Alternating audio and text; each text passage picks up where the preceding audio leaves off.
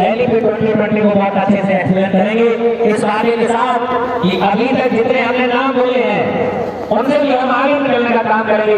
तो कहते हैं कि जीतेंगे हम ये वादा करो, जीतेंगे हम ये वादा करो, कोशिश हमेशा ज्यादा करो, कोशिश हमेशा ज्यादा करो।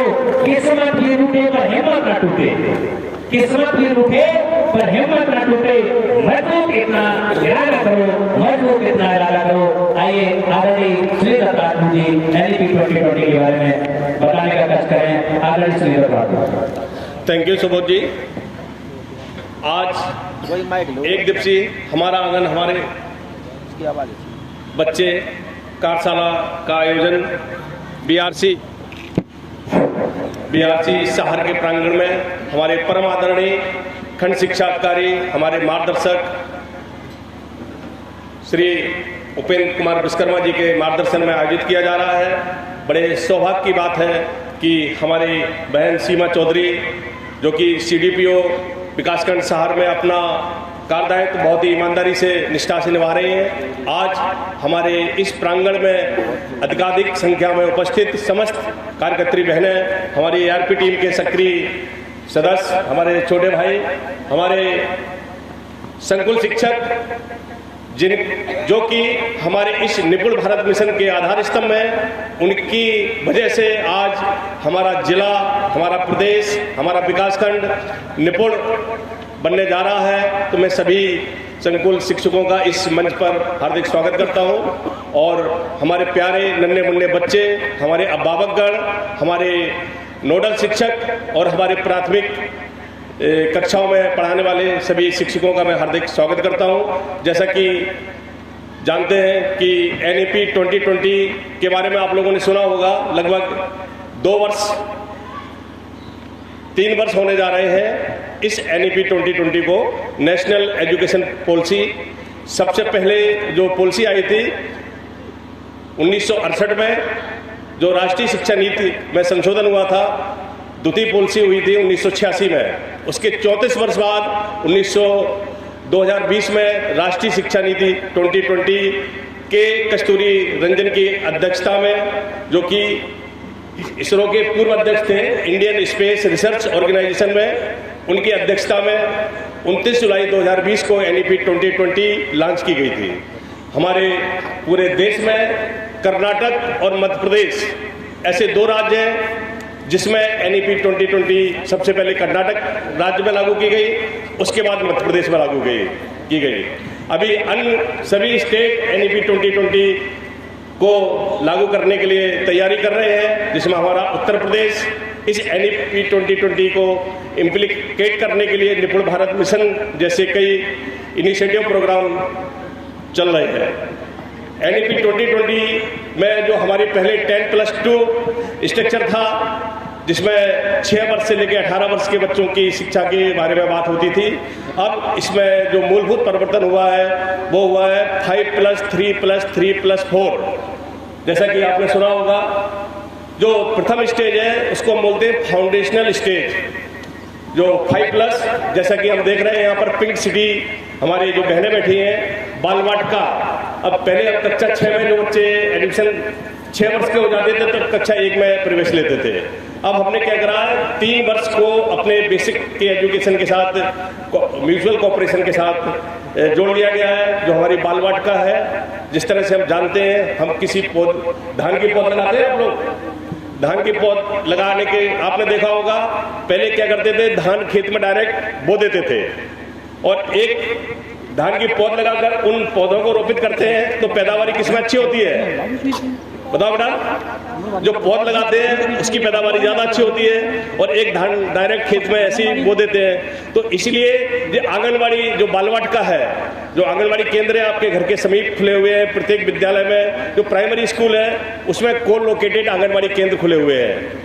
तो अभी उन आंगनबाड़ी केंद्र जो बालवाटिका है उसमें हमारे जो बच्चे हैं, इन बच्चों को उन पौधों के रूप में तैयार किया जाता है। हमारी जो आंगनबाड़ी बहनें हैं, कार्यकर्त्री हैं, अपने इन बच्चों को बैक फ्री एजुकेशन के माध्यम से, खेल खिलौनों के माध्यम से, गीत कहानियों के माध्यम से बच्चों को प्राथमिक जो प्री प्राइमरी एजुकेशन है वो प्रदान कर रही हैं। जो प्रथम स्टेज है फाउंडेशन स्टेज, इसमें 3+ जो 5+, 3+, 3+4 में जो प्रथम 5 वर्ष है उसमें कहा गया है pre primary first, pre primary second और बाल वाटिका। जिस तरह से हम बोलते हैं नर्सरी, LKG, UKG, इसी तरह से इसको क्लासिफाइड कर दिया है। जो बाल वाटिका है उसको 3 वर्षों के लिए कर दिया है। जो बच्चा 3 वर्ष का हो जाएगा, 3+ वर्ष का, बाल वाटिका में प्रवेश कर दिया जाएगा। 4 और 5 वर्ष तक हमारे जो बच्चे हैं नन्हे मुन्ने बैठे हुए हैं, जो हमारी बाल वाटिका में आंगनवाड़ी कार्यकर्त्री बहनों के द्वारा इनको शिक्षा दी जाएगी। वो शिक्षा बैक फ्री एजुकेशन की होगी। सारी शिक्षा गीत, कहानियाँ और खेलकूद और नृत्य के माध्यम से दी जाएगी।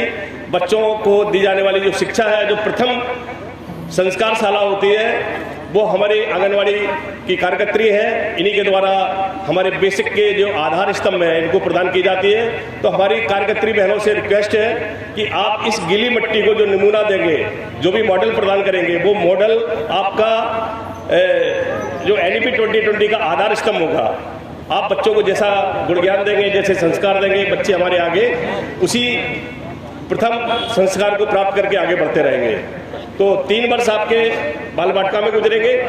उसके बाद क्लास फर्स्ट और सेकेंड, ये भी हमारा फाउंडेशनल स्टेज में आता है।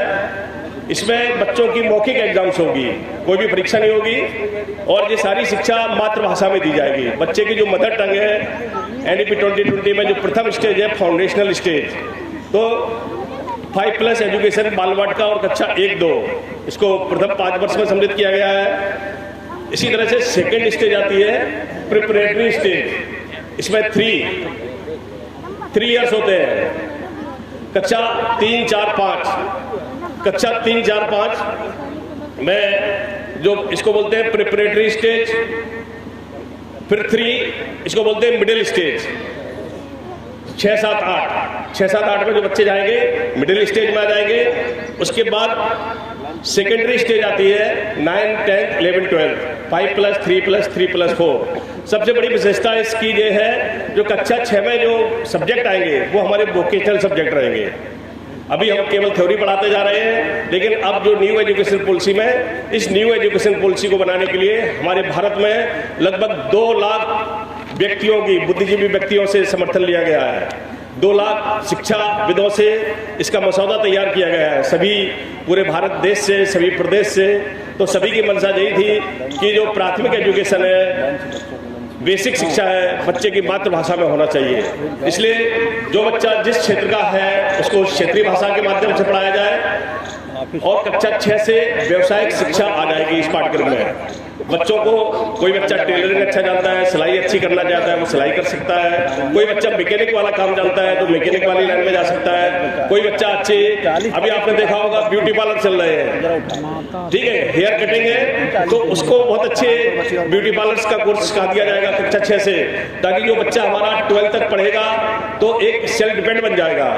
अब विद्यालय में व्यावसायिक शिक्षा दी जाएगी और डिजिटलाइजेशन हो रहा है। सभी कक्षा 6 से बच्चों को डिजिटल एजुकेशन की सुविधा उपलब्ध कराई जा रही है। अभी हमारे विकासखंड में जो स्मार्ट क्लास स्थापित की जा रही है राज्य सरकार के द्वारा, डिजिटल एजुकेशन के माध्यम से आप देख रहे हैं कि बच्चे, छोटा बच्चा होता है वो मोबाइल चलाना सीख जाता है। हम लोग अपने बच्चों से जानकारी लेते हैं, बेटा मोबाइल में क्या है, तो आजकल डिजिटल एजुकेशन पर जोर दिया जा रहा है।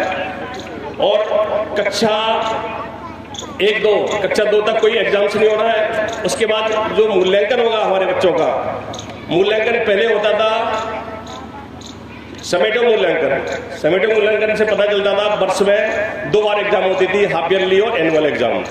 तब हम जान पाते थे बच्चा ये पास होने लायक है कि फेल होने लायक है। अब समेटिव मूल्यांकन के स्थान पर फॉर्मेटिव मूल्यांकन कर दिया है बच्चों का।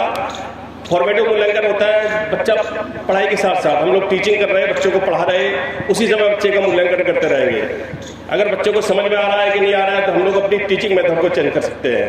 पहले पता चलता था साल के अंत में एक बार परीक्षा होती थी, ये बच्चा पास होगा फेल, लेकिन अब हम लोग इसके लिए एक परख नेशनल असेसमेंट सेंटर पूरे भारत में एक दिल्ली में स्थापित किया गया है। उस परख सेंटर से पूरे देश की शिक्षा प्रणाली का आकलन होगा। इससे पता चलेगा कि बच्चे ने अधिगम के क्षेत्र में कितना सीखा है। तो नेशनल असेसमेंट सेंटर है जो कि दिल्ली में स्थापित हो चुका है। अभी न्यू एजुकेशन पॉलिसी लॉन्च होते होते 2030 तक है। तो हमारा उस नेशनल एजुकेशन असेसमेंट सेंटर से बच्चों का असेसमेंट किया जा रहा है। जैसा कि हम जान रहे हैं कि अभी नेट की एग्जाम हुई थी, जो निपुण लक्ष्य ऐप है, निपुण लक्ष्य ऐप के माध्यम से कक्षा 1, 2, 3 के बच्चों का डाइट प्रशिक्षुओं के द्वारा निपुण असेसमेंट टेस्ट किया गया था। इसमें हमारे जो छात्र हैं भाषा और गणित में उनकी जो अद्गम दक्षताएं उन्होंने कितनी हासिल कर ली है, इसका आकलन किया गया। इसी तरह से वर्ष में 3 टेस्ट का आयोजन किया जाएगा। बाकी कक्षा 6, 7, 8 और 9 से 12 तक इनका वर्ष में 2 बार आकलन होगा, हाफ ईयरली एग्जाम और एनुअल एग्जाम। सबसे बड़ी बात हुई है, बच्चा जब कक्षा 9th में आएगा तो उसको सब्जेक्ट, पहले स्ट्रीम होता था, स्ट्रीम सब्जेक्ट होता था, बच्चों को एक उन्होंने पैकेज बना दिया था कि आर्ट साइड, साइंस साइड और कॉमर्स, बच्चा किस फील्ड में जाएगा। फिर साइंस साइड में उन्होंने फिर एक पैकेज बना दिया, मैथ लेंगे तो आप बायोलॉजी नहीं ले सकते हैं, बायो लेंगे तो मैथ नहीं ले सकते हैं, कॉमर्स लेंगे तो आप मैथ नहीं ले सकते हैं। तो सबसे बड़ी विशेषता ये है कि अब बच्चा फ्री है, student are free to choice their subject. जैसे आपको बायोलॉजी अच्छी लग रही है बायोलॉजी ले लीजिए, गणित अच्छा लग रहा है तो गणित ले लीजिए, अर्थशास्त्र अच्छा लग रहा है तो अर्थशास्त्र ले लीजिए। अब जो सब्जेक्ट की चॉइस है, बहुभाषक सब्जेक्ट, आसानी से आपको जो भी मनपसंद सब्जेक्ट है वो सब्जेक्ट ले सकते हैं, ये बहुत अच्छी बात है। तो बच्चों को सब्जेक्ट चुनने का पूरा अधिकार हो गया है। आपका जो सब्जेक्ट का कम्बिनेशन है आप अपनी इच्छा से चुनाव कर सकते हैं। आपको कला अच्छी लग रही है, इधर विज्ञान अच्छा लग रहा है तो आप विज्ञान ले सकते हैं। मान लो आपको वाणिज्य अच्छा लग रहा है और हिंदी अच्छी लग रही है और जूलॉजी अच्छी लग रही है तो आप जूलॉजी ले सकते हैं। तो इस न्यू एजुकेशन पॉलिसी में बहुत अच्छा कर दिया गया है, सब्जेक्ट का चुनाव बच्चे अपनी इच्छा से कर सकते हैं। इसके बाद आते हैं हम लोग उच्च शिक्षा में, हायर एजुकेशन में। हायर एजुकेशन में भी बहुत अच्छा किया है। पहले आपने 3 वर्ष तक मेहनत की, बीए किया, बीएससी किया, बीकॉम किया। मान लो बीएससी पार्ट 1 में आपके 80% है, बीएससी सेकेंड ईयर में 90% है, बीएससी फाइनल में आप 1 नंबर से फेल हो गए तो आपकी बीएससी क्या हो जाती थी, पूरी बीएससी खराब हो जाती थी। 3 वर्ष आपने पढ़ाई की, केवल 2 नंबर से फेल हो गए तो आप फेल बने जाते थे। अब जो नेशनल एजुकेशन पॉलिसी है इसमें ऐसा कर दिया गया है, यदि आपने बीएससी पार्ट 1 कर लिया तो आपको एक सर्टिफिकेट प्रदान कर दिया जाएगा। बीएससी पार्ट 1 करेंगे तो आपको एक सर्टिफिकेट प्रदान कर दिया जाएगा। उसके बाद आपने किसी कारणवश आपकी पढ़ाई छूट जाती है तो पार्ट 1 आपका खराब नहीं होगा। सेकेंड ईयर आपने कर लिया है तो आपको डिप्लोमा मिल जाएगा, ठीक है, बाई द पढ़ाई छूट जाती है। और थर्ड ईयर कर लिया है तो आपको डिग्री मिल जाएगी। इसी तरह से इसमें एमफिल की बात था, एमफिल की डिग्री समाप्त कर दी गई है। पीएचडी आपको करना है तो आपका जो ग्रेजुएशन है वो 4 वर्ष का होगा, शोध स्नातक शोध में करना होगा। आप पीएचडी करना चाह रहे हैं तो उसके लिए शोध स्नातक बनाया गया है, उसके लिए 4 वर्ष का आपका ग्रेजुएशन होगा और 1 वर्ष की आपकी पीजी डिग्री होगी। 1 वर्ष में आप हो जाएंगे। तो नेशनल एजुकेशन पॉलिसी 2020 में बहुत अच्छे प्रावधान है। इसमें जो आकलन करने की जो विधा है ये फॉर्मेटिव हो गई है और सब्जेक्ट फ्लेक्सिबिलिटी हो गई है, बहुभाषिकता हो गई है। बच्चे अपनी मदर टंग में शिक्षा प्राप्त करेंगे। जो प्राथमिक शिक्षा है, बेसिक एजुकेशन है, स्टूडेंट की जो मातृभाषा है उसमें प्राप्त होगी। उसके बाद जो सेकेंडरी एजुकेशन में भाषा का चुनाव कर सकते हैं बच्चे, हिंदी मीडियम में पढ़ना है, इंग्लिश मीडियम में पढ़ना है, संस्कृत लेना है, जो भी सब्जेक्ट लेना है। तो न्यू एजुकेशन पॉलिसी बहुत अच्छी पॉलिसी है इसमें। लेकिन हमारे बाल वाटिका के जो बच्चे हैं इनको सीखने के लिए बैक फ्री एजुकेशन पर जोर दिया गया है। हमारी आंगनवाड़ी जो यहाँ पर अभी आने वाले समय में आदर्श बाल वाटिका की स्थापना की जानी है। जो भी कोलोकेटेड आंगनवाड़ी केंद्र हैं इन केंद्रों पर लगभग 8,500 रुपये भेजा जा रहा है, ग्रांट जारी हो चुकी है। तो हमारे प्रधानाध्यापक बैठे हुए हैं, उनसे रिक्वेस्ट है कृपया आपके पास जो भी आंगनवाड़ी सेंटर है उसको इतना अच्छा डेवलप करना है, उसका फॉर्मेट हम लोग प्रदान कर देंगे तो आपकी जो आंगनवाड़ी केंद्र है आदर्श बाल वाटिका के रूप में स्थापित हो। आज हमारी आंगनवाड़ी बहनों को यहाँ से सम्मानित किया जाएगा और जो भी हमारे अच्छे नोडल टीचर हैं, नोडल शिक्षक हैं, उनको भी सम्मानित किया जाएगा। ये जरूरी नहीं है जिसको सम्मानित नहीं किया जा रहा वो अच्छा काम नहीं कर रहे हैं, वो लोग भी अच्छा काम कर रहे हैं, लेकिन शासन के द्वारा कोई भी कार्यक्रम होता है उसको फॉर्मेट बना दिया जाता है। आप आज यहाँ पर जो बेंच लगाए गए हैं, जरूरी नहीं कि जो बेंच लगाए गए वही सब अच्छे टीचर हैं। अच्छे व्यक्तित्व है, जिनके नहीं लगे वो लोग इन लोगों से भी बेहतर हैं। तो मैं उनका भी अपने मन से पुष्प उनको अर्पित करता हूं। आप लोग कदापि ये ना सोचें कि हमारे बेच नहीं लगे, इसलिए जिनका सम्मान या प्रमाण पत्र जिनको नहीं मिले तो आप लोग किसी तरह की ग्लानि फील ना करें। ये तो एक एजेंडा होता है, आपकी बहनें हैं, आपको नहीं मिल पाया तो आपकी शादी को आप सम्मानित किया जा रहा है। तो हम लोग ये सोचें कि हमारी बहनों को सम्मान प्राप्त हुआ है तो आपको प्राप्त हुआ है, तो आपकी उपस्थिति निसंदेह इस कार्यक्रम को बहुत ही सफल बनाएगी। Thank you very much. Over to Subodh ji. अभी आयुष कानून है वो इधर लाया कौन? हाँ नहीं सब निकाल दिया, ड्राम बॉक्स वगैरह सब पेन एंड सब उसमें फिक्स करके रख दिए, ये रखे हैं सर। तो उनको नीचे